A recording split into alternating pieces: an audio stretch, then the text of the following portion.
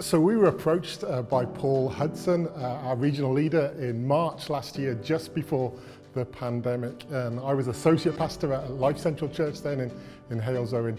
And he approached us about this exciting opportunity to plant a church in Wolverhampton.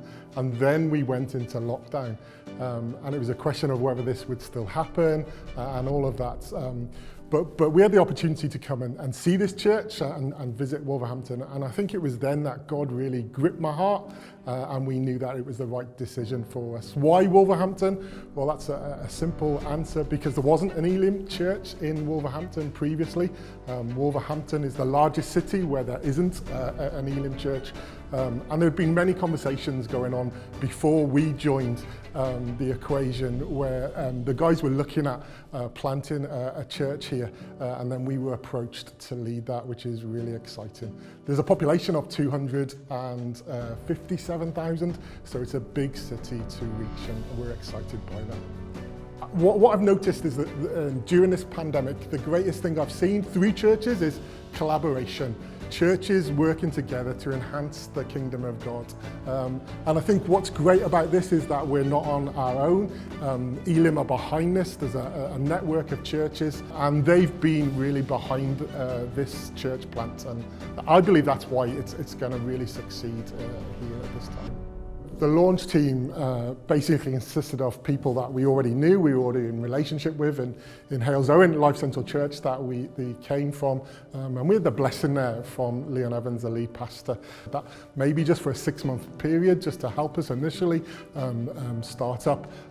But yeah, that's how we've quickly grown. People really wanted to be a part of what was going on here. So. I think the city of Wolverhampton has the same challenges as anywhere.